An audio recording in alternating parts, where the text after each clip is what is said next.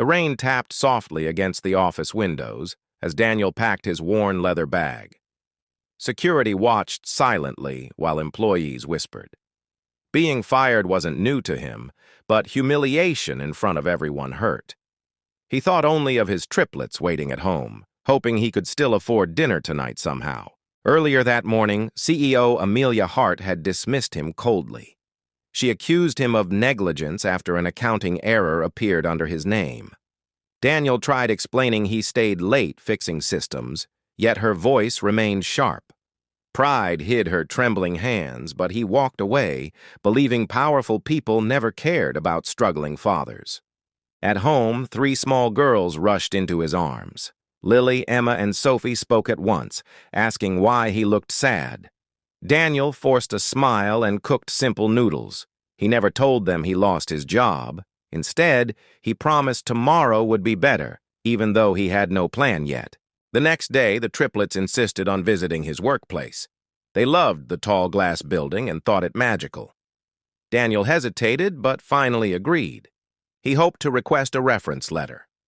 Holding their hands tightly, he stepped inside, unaware that fate was preparing a different meeting entirely. In the lobby, they heard voices from a nearby conference hall. The doors were slightly open. The girls noticed Amelia standing before an elderly man in an expensive suit. Her confident posture had disappeared. She looked smaller, almost like a scolded child, wiping tears while trying to speak bravely to him. Curiosity pulled the children closer.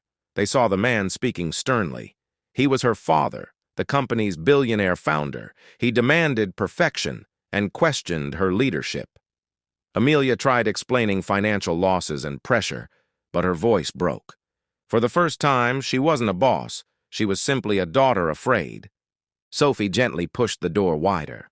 The sound made Amelia turn. She froze, seeing Daniel and his daughters. Embarrassment colored her face. The billionaire looked confused. The girls didn't notice tension. They simply approached her, offering a small tissue from a pink backpack with innocent kindness. "Don't cry," Lily said softly. "Our daddy says crying alone hurts more." The room fell silent. Daniel felt panic, but the billionaire observed carefully. Amelia accepted the tissue, her composure cracking. No employee had ever seen her vulnerable. The triplets' concern felt warmer than years of corporate achievements. Daniel apologized quickly and tried leaving, but the old man stopped him, asking his name. When he heard Daniel was fired yesterday, he frowned. Amelia looked down, ashamed. The billionaire requested an explanation, and Daniel respectfully described the accounting system error and the late nights correcting security issues alone. The founder called the IT department immediately. Within minutes, they confirmed Daniel had actually prevented a major cyber breach. The accounting mistake came from another department. Amelia's face paled. She realized she punished the one employee who saved the company. Her authority suddenly felt painfully heavy on her shoulders. The girls sensed tension again. Emma held Amelia's hand gently. "Daddy works hard," she whispered. "He never lies." The simple statement pierced Amelia's guarded heart. She remembered her own childhood when her father rarely listened. She had repeated the same mistake, judging quickly instead of understanding someone struggling. The billionaire turned toward his daughter. His voice softened for the first time. He admitted leadership required compassion, not only control. Amelia's eyes filled again, but now with regret. She apologized directly to Daniel, not as a CEO, but as a person who realized she misused her power yesterday. Daniel accepted quietly. He needed a job more than pride, yet dignity mattered. Before he could speak, the girls hugged Amelia unexpectedly. She laughed through tears, surprised by affection she hadn't felt in years. Their innocence broke the invisible walls she built around herself while running a demanding corporation. The founder offered Daniel immediate reinstatement with higher salary and security manager authority. Daniel hesitated. He asked one condition: flexible hours for his daughters. Amelia immediately agreed. She admired how fatherhood guided his priorities. For the first time, she understood success wasn't measured only through profits or company reports. Days passed, and Daniel returned to work. Employees noticed Amelia's leadership changing. She listened more and criticized less. She created childcare support for staff parents. Morale improved dramatically.